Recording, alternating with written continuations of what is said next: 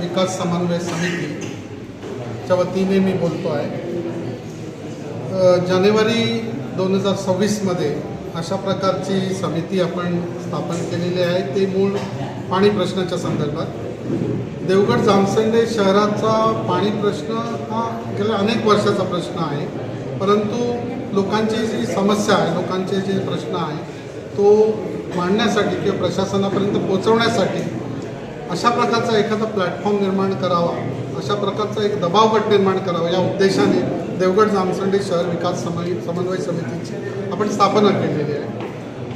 आणि आपण त्या प्रश्नाला वाचा फोडण्याचा प्रयत्न केल्यानंतर गेल्या 2 महिन्यामध्ये आपल्याला बऱ्यापैकी प्रतिसाद मिळतो आहे, विशेषतः प्रशासनाकडून मिळतो आहे, लोकप्रतिनिधींकडून मिळतो आहे आणि कर्मचाऱ्यांकडून मिळतो। या तिन्ही घटकांचा मी विशेष आभार मानेन। गेल्या 2 महिन्यामध्ये हे सर्व घटक जे पाणी प्रश्न नळ पाणीच्या संदर्भात आहे हे ॲक्शन मोडवर आज आलेले आहेत आणि आज जवळजवळ रोज आपल्याला जो काही अपडेट आहे, नळपाणी योजनेच्या दुरुस्ती संदर्भात जो अपडेट आहे तो सर्व नागरिकांपर्यंत पोहोचत आहे। अर्थात हे सर्व जरी झालं तरी पाणी प्रश्न देवगडचा सुटलेला आहे असं अजिबात म्हणता येणार नाही। सुटलेला तर तो नाहीच आहे, परंतु तो फार सौम्य झाला असंही म्हणता येणार नाही। आजचं जे स्टॅटिस्टिक्स आहे त्याप्रमाणे महिन्यातून अवघे 11 दिवस आपल्याला पाणी मिळत आहे, लोकांना पाणी मिळत आहे। म्हणजे डिसेंबरमध्ये ते 8 दिवस होतं, ते 8 वरून आपण 11पर्यंत पोहोचलेलो आहोत। परंतु आपली अपेक्षा आहे की किमान 1 दिवस आड पाणी मिळावं, म्हणजे महिन्यातून किमान 15 दिवस लोकांना नळाचं पाणी मिळावं ही अपेक्षा आहे।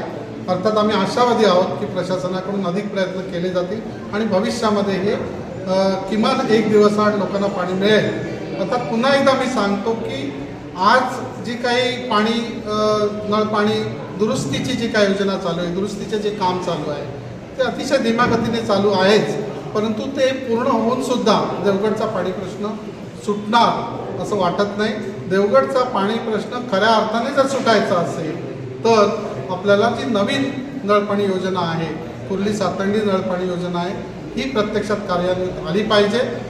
आज ती अतिशय पहिल्या टप्प्यावर आहे आणि मला वाटतं अजून 2 वर्ष जातील, परंतु या माध्यमातून माझी पालकमंत्र्यांना अशी कळकळीची विनंती आहे की युद्ध पातळीवरती आपण स्वतः जातीने लक्ष घालून ही जी नळपाणी योजना आहे ती नळपाणी योजना मंजूर करून त्यासाठी बजेटमधून तरतूद करून लवकरात लवकर ती करावी, जेणेकरून देवगड जामसंडे शहरातील सर्व नागरिक या प्रश्नापासून मुक्त होतील आणि आपणास ते मनापासून दुवा देतील या निमित्ताने मी सांगू इच्छितो।